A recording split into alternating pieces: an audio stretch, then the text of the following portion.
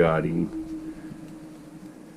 I had his thing rolled up and he didn't want to get up on it with it rolled up. Look, he lays down and sticks his tail up and eats his apples. Look at this good boy. Look at this good. Look, he's went to battle. He's worked up today. This is what I mean when sometimes during the day, Squirrel Man gets all worked up. He's going to be worked up after he eats that apple too. Look at him. Well, I'm going arrowhead hunting where I find them bird points. I'm going to stay a long time, so I'll find stuff, guaranteed. I'll get a video on here whenever. Let's see, folks. There's my buddy, Squirrel Man. Alright, I'm going up in here, and you can see I'm 20 yards offshore here anyway, and I'm in 1 foot of water. It's 11 to 12 inches. I can see the bottom. There's like this is the top of a hill that used to be by the river. And because of the dams, the water is real high. And see, that's cutting into it. The hill would have come out and sloped down right in here where we're at. And there's big trees that are underwater, huge ones.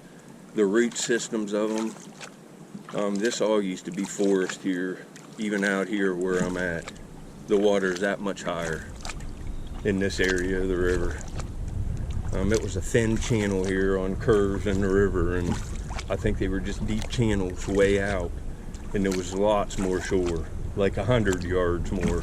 I think it went out at least 75 more yards to where the original river was at when the Indians were here. Plus, rivers change course over time. All of them do. But this is about where it was at here, you can tell, because of the high hills. But the water is down, and I ought to do good.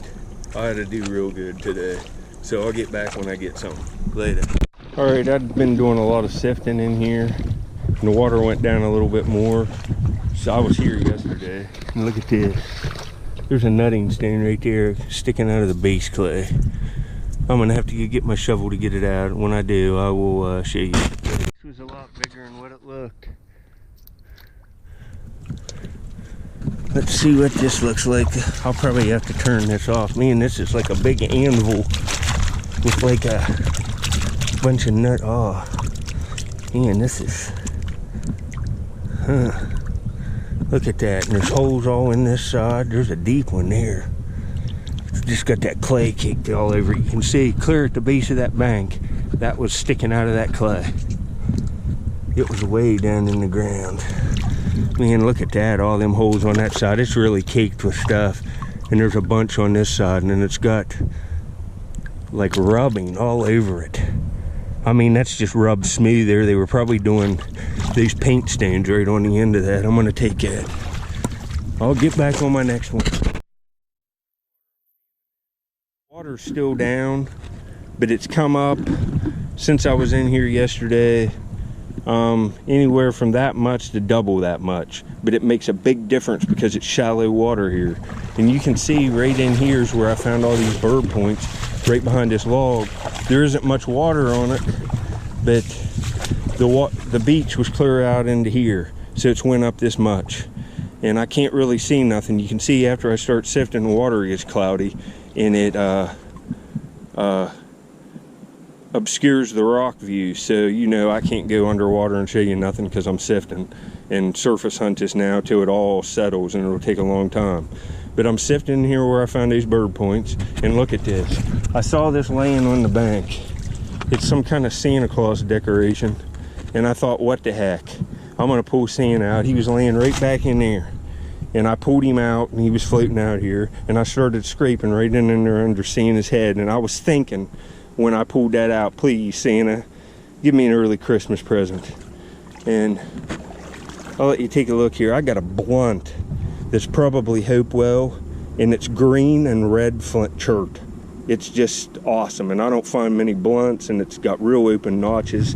I got to get pictures, but why don't you take a look at the color on that?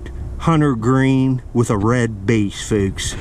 Oh man, that's a day maker, isn't it?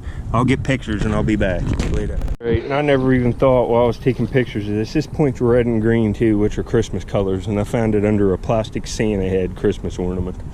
Look at this. This blunt's awesome. Hopefully I can find a point form of it now. Look, Santa's head.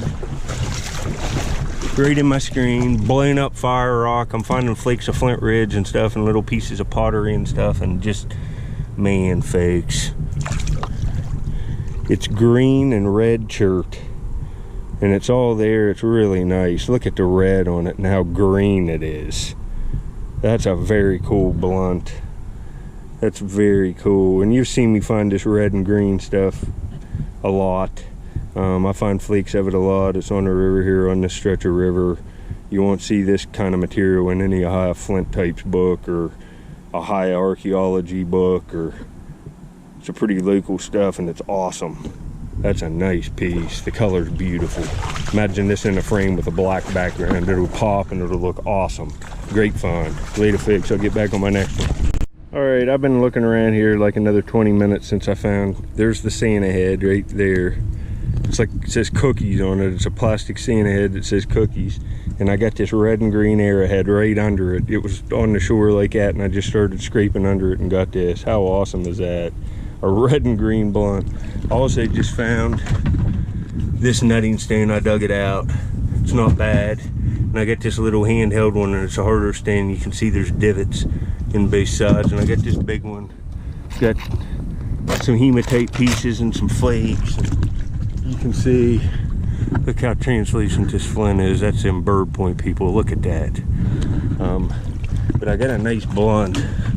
I'm happy with that. I'm going to do this as a separate video because of just, what are the odds of that being under a red and green arrowhead? I just was like, you know, see if there's anything right here. And it's around where I was finding points, but to find a red and green one, man, look at that. All right, folks, well, I'll put up pictures and stuff, and it'll be it on this. I'm going to stay and try to get another video. This is a cool piece. Later. All right.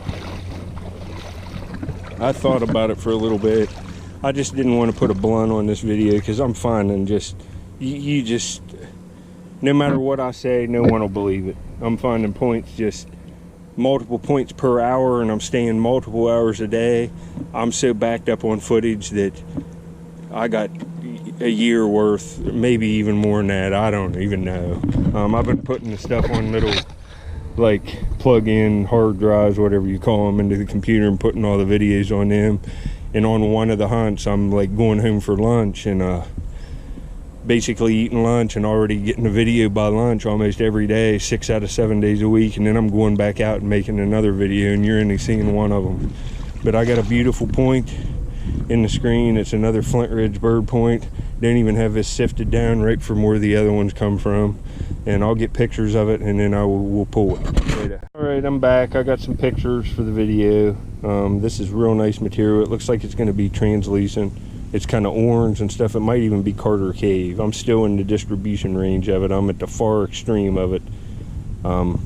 Way upriver. I know about where it ends, and this is about it. But it probably Flint Ridge, but it could be Carter Cave. It's right here. It looks a little different than them other bird points, but that's what it is. It's been sharpened down. You can see the edge work on it here. These aren't necks, that's resharpening. And you can see it how that's not broke. That's the basal thinning strike. You can see it there. A lot of them have that little indented base, these bird points. And this would have had barbs on it originally, but it's been sharpened down and it's sharpened off. Now let's see what we got here. Oh, it's real translucent, folks. Look at it. It's real translucent. Really nice point.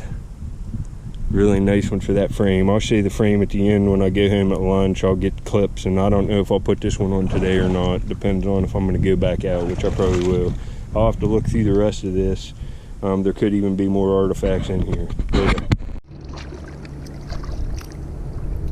Give you a nice shot down the river. Over here on this left side is West Virginia. Over on the right side, the land, is Ohio. And this is looking to be south. South down the river. I'm going back and gonna go eat lunch.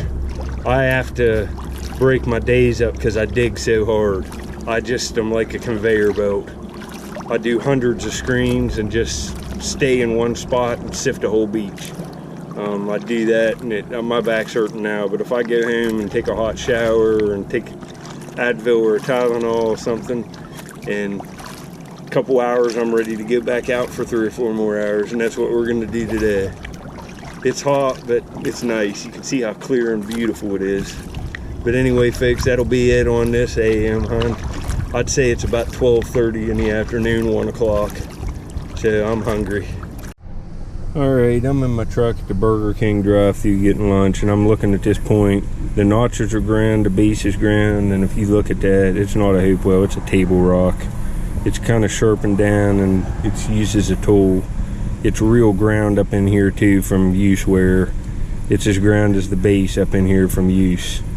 And I mean, you can see the grinding on the base right there. I think you can. It's real heavily polished, and it's a table rock for sure. They use nice material, and this is nice material. It's kind of glossy and it's red and green. A lot of Flint rids they use, but that's a good one.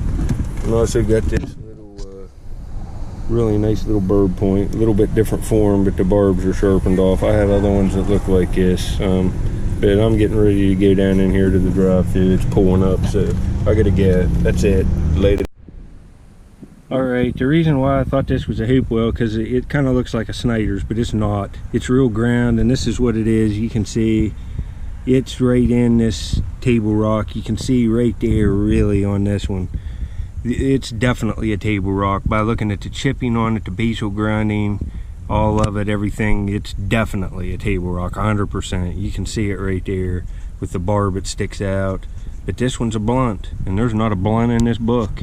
And you can see they're late archaic, 4,000 to 3,000 BP, and BP stands for before present, so they're 4,000 to 3,000 years old at this point. You can go up in here and see them too. See how they have the little projections on the one side of the corner of the base. It's right there, it is again, and this one's got it. This one would have been, you know, I'd say it would have been about that big. Would have been about that big to that big, and they sharpened into this tool, and it's got use wear all over it. It says the location is midwestern to northeastern states. The description of the point is a medium to large size expanded stem point with a straight to tapered shoulders. Shoulders can be sharp or rounded. This type is also known as the bottleneck point. You can see how the top kind of looks like a bottle, especially right there. And they need to add in here, almost all are made of high quality material. Even on the river, colorful stuff, and you know, Flint Ridge, agates, all of them, but none of them are made of crappy material that I find ever. I don't have one that's crappy stuff, but right there they are. And that's it for this one. Later.